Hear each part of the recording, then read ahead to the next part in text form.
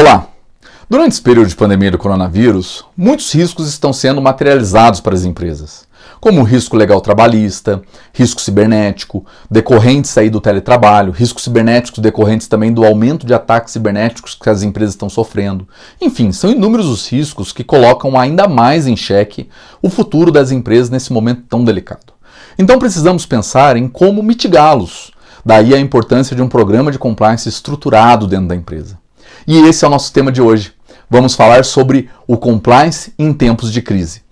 Me chamo Fernando Moreira dos Santos, sou professor da Fundação Getúlio Vargas, da FGV, desde 2008, sou membro da Comissão Jurídica do Instituto Brasileiro de Governança Corporativa, o IBGC, conselheiro fiscal em algumas companhias, advogo com direito empresarial e nos últimos anos aí tenho me dedicado ao estudo da governança corporativa e do compliance. Atualmente estou concluindo meu doutorado em engenharia de produção, embora eu seja advogado, e fui aprofundar os conhecimentos, onde eu estudo justamente estes temas, governança corporativa e compliance. E será um prazer conversar neste momento sobre um assunto tão caro para as empresas diante dessa pandemia. Convido-os então a assistirem a esta videoaula do projeto Direito na Rede, uma iniciativa dos professores Lívia Cristina Pereira Silveira e Douglas Mesa Casa, da Universidade Estadual de Goiás, juntamente com os professores do curso de Direito do Centro Universitário do Vale do Araguaia, Mariana Moreno do Amaral, do curso de Direito da Faculdade Pitágoras, Alessandra Ferreira Trevisan, e do curso de Direito da Faculdade Catuaí, Tiago César Giazzi. Aproveito para cumprimentar os idealizadores do projeto por esta bela iniciativa e cumprimento em especial a professora Alessandra, que me fez o convite para fazer parte do projeto. É uma honra e um prazer.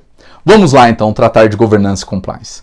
A governança corporativa e o compliance são temas que cada vez mais têm ganhado relevância para as empresas, ainda mais agora diante dessa crise da pandemia do coronavírus.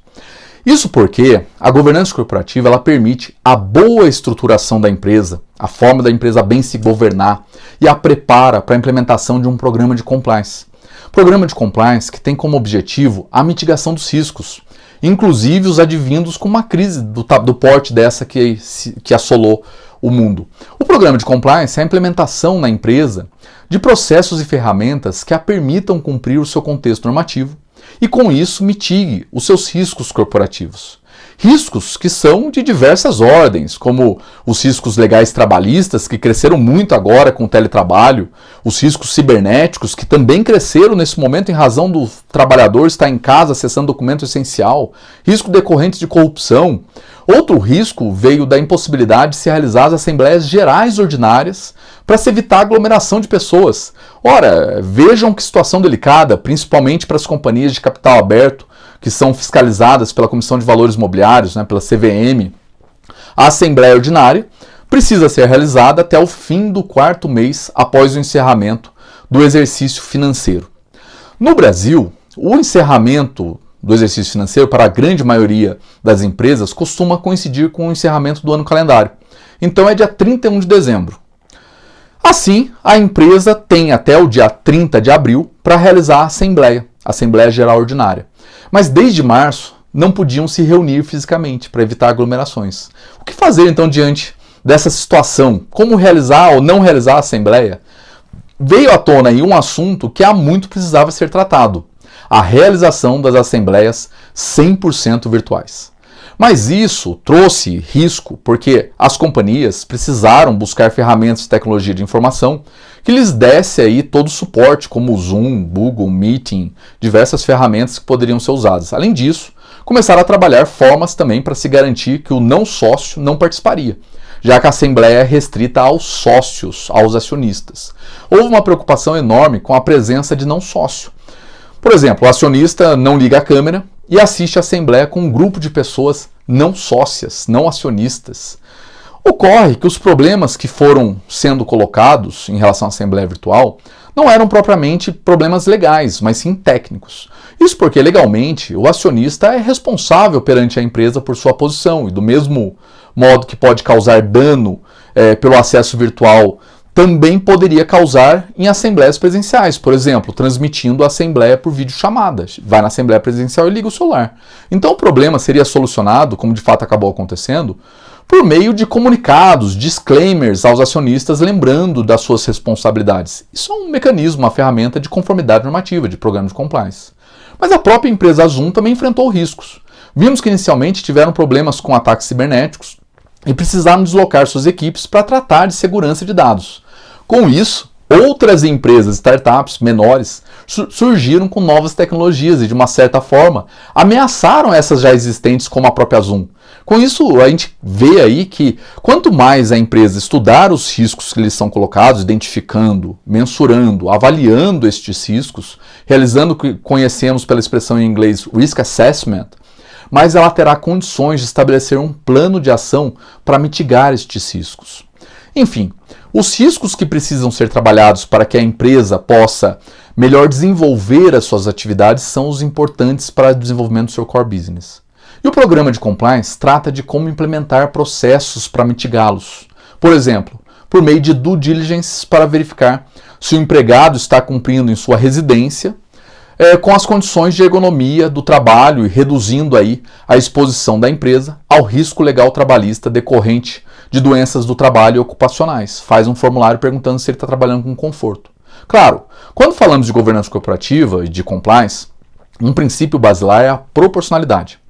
Tem que se adotar como medida o que é proporcional ao tamanho da empresa e ao mercado em que ela atua.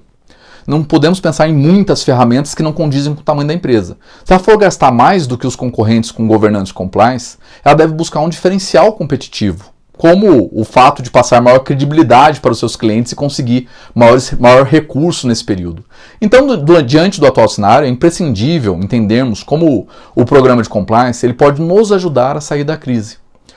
Para isso, é importante entendermos quais são as finalidades de um programa de compliance, para entender qual é a relevância dele dentro da empresa.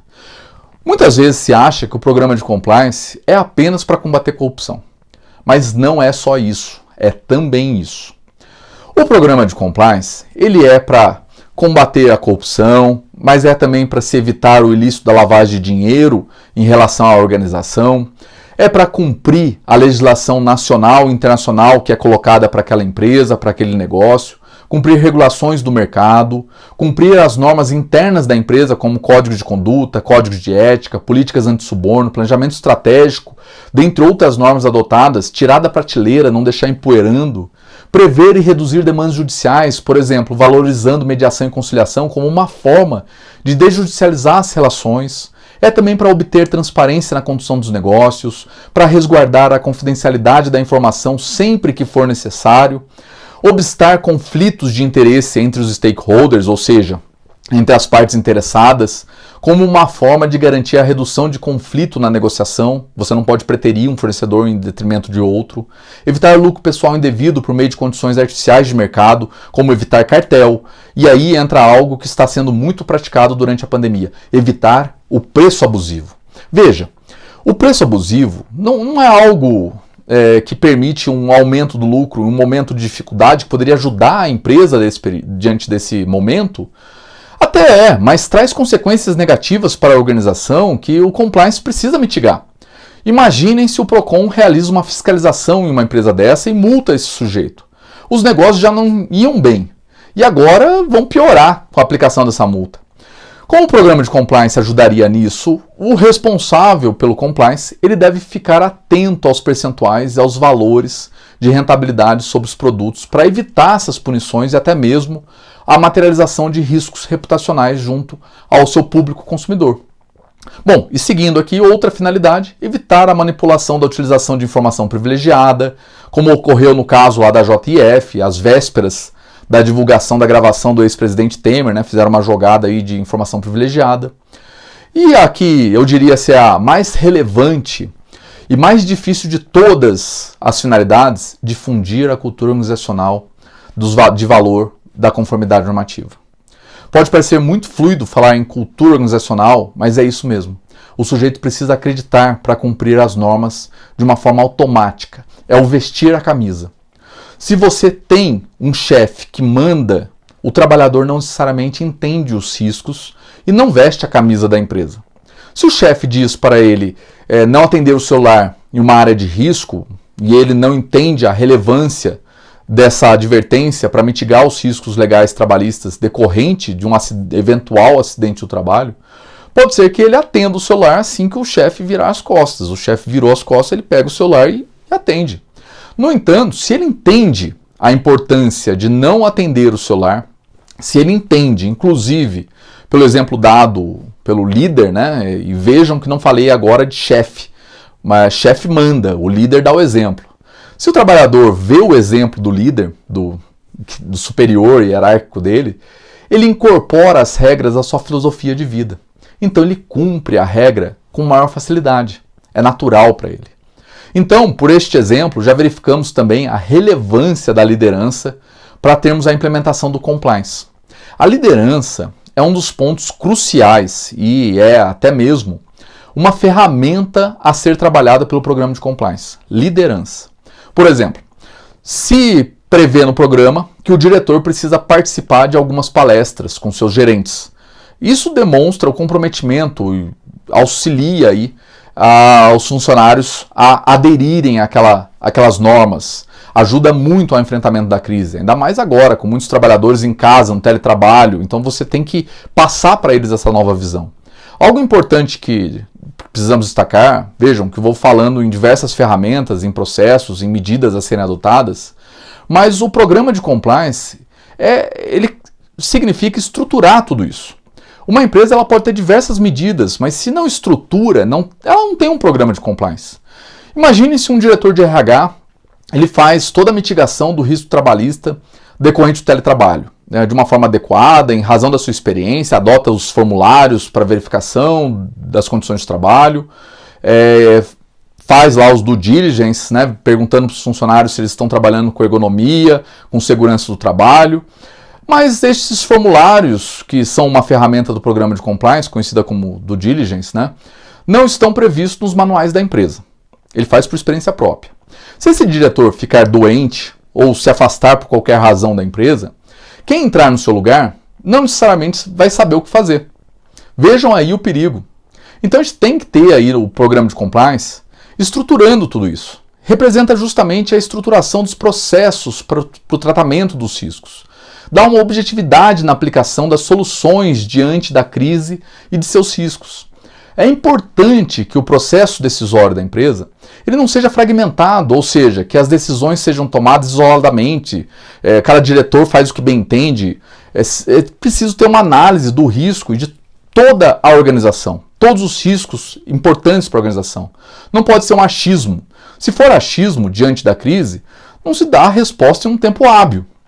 Tem que ser aí um processo decisório que tenha passado pelo nível holístico, saído do fragmentado, ou seja, no holístico, identificação dos riscos e que caminhe para o processo decisório integrado, o qual considera todas as interfaces da empresa. Nisso, o responsável pelo compliance da empresa vai ajudar muito, integrando as áreas para analisar como enfrentar os riscos, o que é essencial em um momento como esse. Um exemplo em que vemos como um processo integrado bem definido e adotado pode ser útil diante da Lei Geral de Proteção de Dados, da LGPD, que logo entrará em vigor. A data ainda está sendo fruto aí de muita discussão, embora tudo indique que entrará em vigor em março de 2021 e suas sanções em agosto de 2021. Mas a LGPD ela exige que a empresa seja transparente em caso de invasão de dados.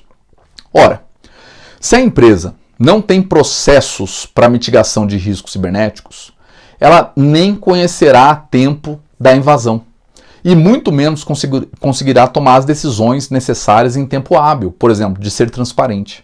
Um bom exemplo de empresa que demonstrou como uma governança corporativa estruturada e um compliance bem implementado pode ser benéfico nessa situação de invasão de dados foi a Stone, que opera maquininhas de cartão de crédito. A Stone, às vésperas de seu IPO, da abertura de capital na Bolsa de Valores norte-americana, ela teve que lidar com um vazamento de dados. Disseram que ela teria sido hackeada. Rapidamente, a Stone fez um comunicado de fato relevante, em cerca de um dia, e acalmou o mercado, contou exatamente o que tinha acontecido para o mercado. Apurou, investigou e foi transparente. Ela fez o IPO e suas ações já valorizaram no primeiro dia de negociação em mais de 30%. Passou confiabilidade para o mercado. Imaginemos que a Stone tivesse o código-fonte totalmente hackeado, criar uma situação. Ninguém investiria nessa empresa, porque ela iria quebrar. O silêncio da Stone poderia gerar um prejuízo enorme para os investidores.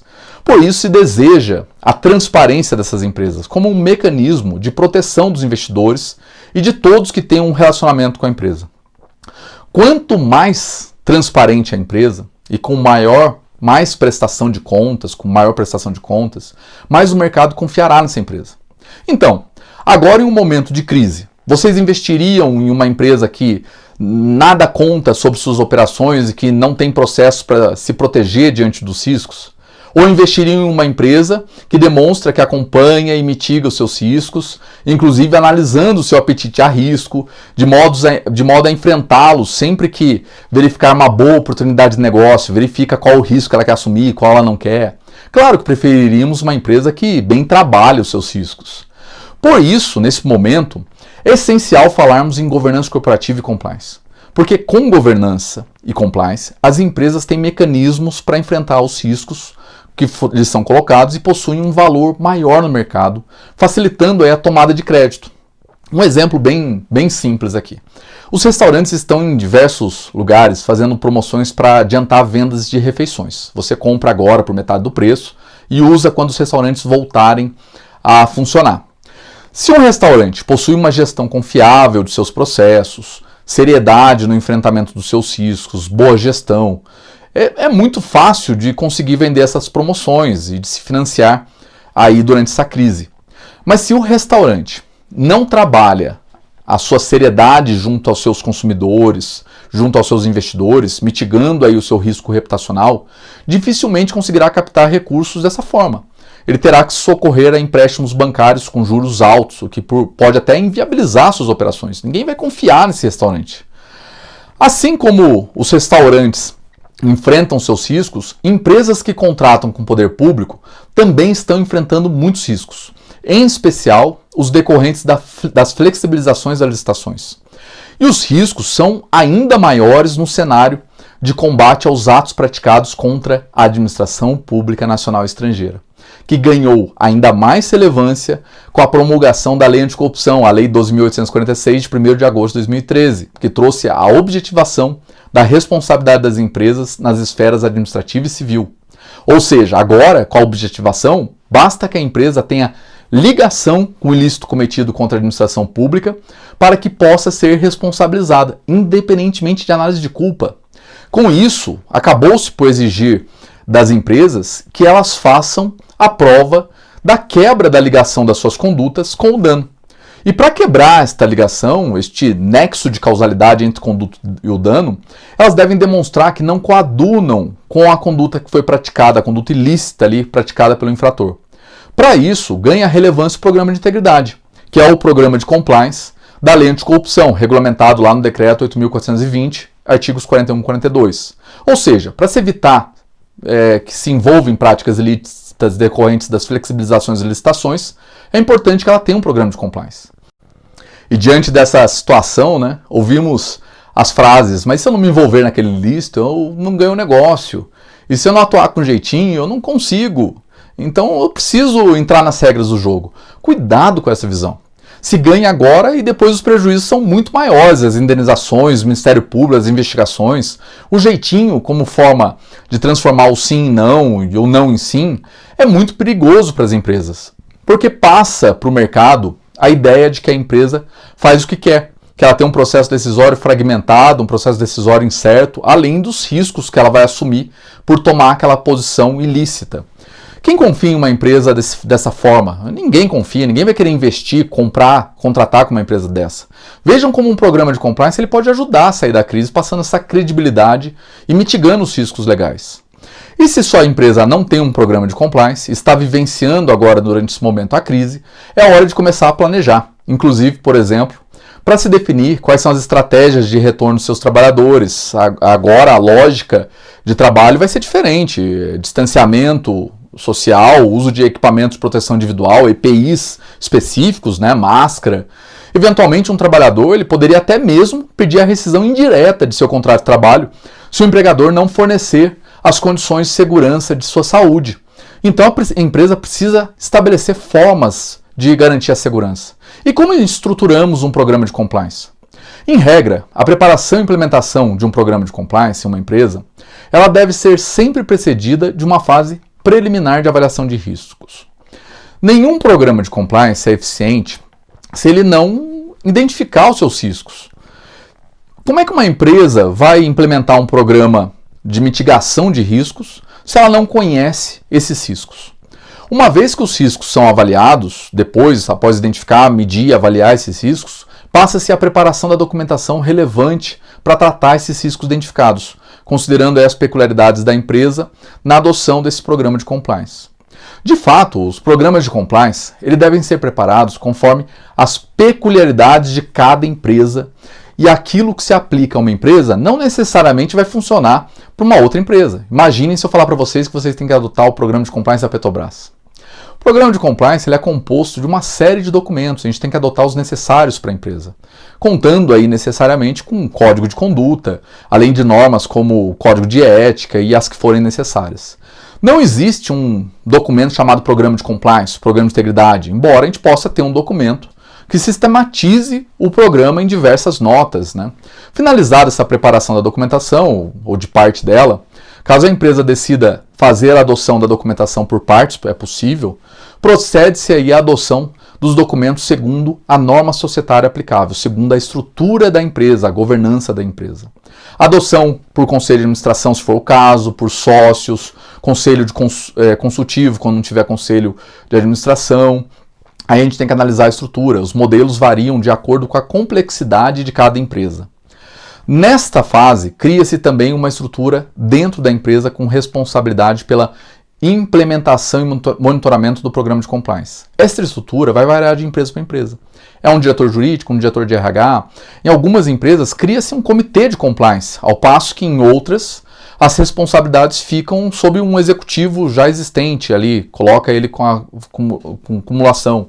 De qualquer modo, é importante que se estabeleça quem vai aí ter a responsabilidade pela implementação da conformidade normativa. Terminada a adoção dos documentos, procede-se aí para a fase de divulgação do programa de integridade, do programa de compliance, dentro de uma campanha de endomarketing, realizando aí treinamentos e comunicação dentro da empresa. O alcance e a dimensão dessa campanha dentro da empresa vai variar também de uma empresa para empresa. Mas, para que um programa seja efetivo, o que não se pode prescindir e dispensar é o treinamento. Você precisa treinar e comunicar. Realizado o treinamento, pode-se dizer que a empresa já tem aí um programa de integridade em funcionamento, um programa de compliance após essa fase. Entretanto, programas de integridade devem ser dinâmicos e estar sempre sendo atualizados para que sejam eficientes. Desse modo, é importante aí constantemente avaliar o funcionamento do seu programa. Assim, a última fase da implementação de um programa de integridade, da sua efetividade, seria a sua avaliação, que deve ocorrer periodicamente, mas também ser realizada constantemente para verificar os riscos que estão sendo materializados. A empresa ter um programa de compliance tem vantagens. Um programa de integridade efetivo, ele funciona como um mecanismo de gestão e controle, aumentando aí a eficiência dessas empresas, o que é essencial durante esse momento de crise. Além disso, um programa de integridade efetivo assegura que as empresas mantenham padrões éticos de conduta, que hoje em dia faz toda a diferença dentro aí da atual situação. De fato, hoje em dia, ter uma preocupação com a ética corporativa torna-se também uma vantagem no mercado.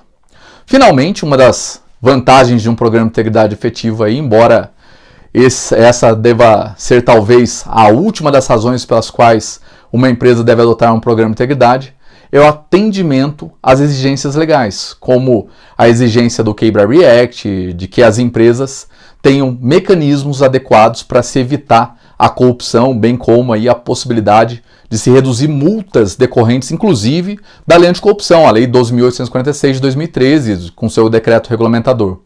E agora, durante a crise, algumas perguntas se tornam de uma grande relevância para as empresas. Por exemplo, qual o plano de ação deve ser adotado para se mitigar os riscos trabalhistas? Como devemos proteger os dados da minha empresa? A LGPD provavelmente entra em vigor no próximo ano. Como realizar a assembleia virtual?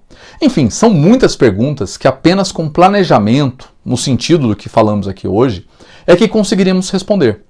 Mas quais são as ferramentas que geralmente encontramos nos programas de compliance nos diversos sistemas de compliance que orientam na constituição do programa de compliance. Vamos estruturar as principais aqui. Primeira, direção. O exemplo deve vir da alta direção da organização, tone at the top, junto com o mood in the middle, humor no nível gerencial. Segundo, supervisão, acompanhamento e monitoramento da conduta ética. Terceira, gestão e conscientização, implementação, manutenção constante da política de conformidade normativa dentro da organização, adotando aí um código de ética, um setor responsável pelo compliance da empresa. Quarta ferramenta, Risk Assessment, avaliação de risco, estimativa, monitoramento dos seus riscos. Quinta ferramenta, treinamentos, realização de treinamentos periódicos, incluindo também aí a comunicação com todos os envolvidos na organização, disseminando dentro da organização a cultura do compliance. Sexta ferramenta, revisão periódica, melhoria, adaptação e correção da política de compliance. Sétima ferramenta, controle e reforço. Controle interno e auditoria para aprimoramento contínuo. Oitava ferramenta, due diligence, investigação para a confirmação dos dados da conduta ética profissional, por exemplo, due diligence trabalhista. Nona ferramenta, o whistleblowing, canal de denúncia, com investigação e mecanismos disciplinares. E 3 ações são essenciais em um programa de compliance como um todo. Prevenção, planejando aí, adotando documentos, estruturando os processos. Segunda, detecção dos riscos, inclusive por meio de tecnologia da informação, como a adoção de um ERP que gerencia os processos da empresa de uma forma unificada, mas pode ser também por algo mais simples. O importante é adotar aí como uma base o que é essencial para aquela empresa. Terceira ação, resposta. Sempre que necessário, investigando, apurando os desvios e fazendo relatórios periódicos para conseguir uma melhor prevenção e análise desses riscos. Tudo isso que eu disse não é algo realmente fácil. Mas aqui vale citar o ex-procurador adjunto do DOJ norte-americano, Departamento de Justiça norte-americano, o Paul McNaught, que ele fala assim: "If you think compliance is expensive, try non-compliance." Ou seja, se você acha que estar em conformidade é caro, tente não estar em conformidade. Isso porque as consequências de não se planejar para o cumprimento das normas colocadas para a empresa, inclusive em relação aí ao seu ambiente institucional, pode custar muito caro para a empresa. Imaginem não observar a LGPD, isso pode significar indenizações milionárias. Imaginem não cumprir o seu planejamento estratégico, isso pode significar a morte da empresa. Então, meus amigos, aproveitando o modelo PDCA, o P de plan, planeje, o D de do, faça, o C de check e o A de act, haja, que é o modelo adotado pela ISO 19600, a ISO que apresenta um sistema de gestão de compliance que adota esse modelo PDCA, a gente brinca, né, o modelo planeje, depois corra atrás. Planejem, identifiquem, mapeiem, avaliem quais são os riscos, façam, definam e implementem os mecanismos necessários para acompanhar, mitigar e dar uma resposta quanto ao risco posto para a organização. Chequem, avaliem se os seus controles estão funcionando e ajam. De acordo com os resultados que vocês obtiveram nessa checagem, aperfeiçoem o seu programa, aperfeiçoem o seu modelo. Bem, é isso que tínhamos para conversar. Espero tê-los ajudado e desejo muito sucesso em seu planejamento.